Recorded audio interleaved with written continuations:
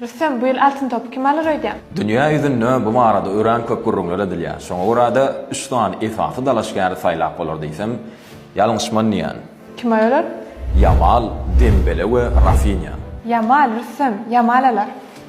Näme üçin?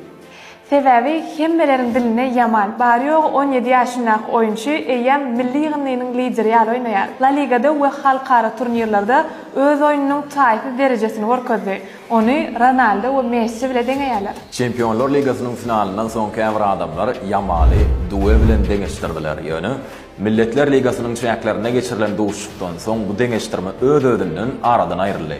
Yamal Ispaniýa Fransiýa oýunyny öz oýunyny görkezdi bolyn, duwe hatda gözüni gyrpyp etişmedi. Awa Yamal duwe Golden Boy bayragyna futboluň taryhynda iň gysga bolanjadyr.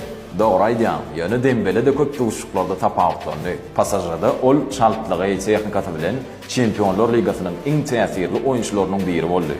Finalda da onun pressinginden ýaňa Inter hüjümde çykyp bilmedi. Klublaryň arasynda iň esasy turnir Çempionlar Ligasynda da iň gowy oýunçy diýip aglan edildi. O da ýatdan çykaryp bolmap. Ýöne Rafinha da olardan atgynlar. Ol hem şu mövsüm Barcelona üçin ägir uly işler etdi. Gollary, paslary we iň esasy kyn pursatlarda topary öň alyp çykmagy bilen tanalýar. Häzirki wagtda ol altyn top üçin iň güýçli dalaşýarlaryň biri. Ol Çempionlar Ligasynyň bombardiri. Hemde iň kän assist eden oýunçy boldy. Aslında nähil pikir edýän futbolçyň koýurlary. Altyn topuň eýesi kim bolar? Pikirleriňizi teswirde berler.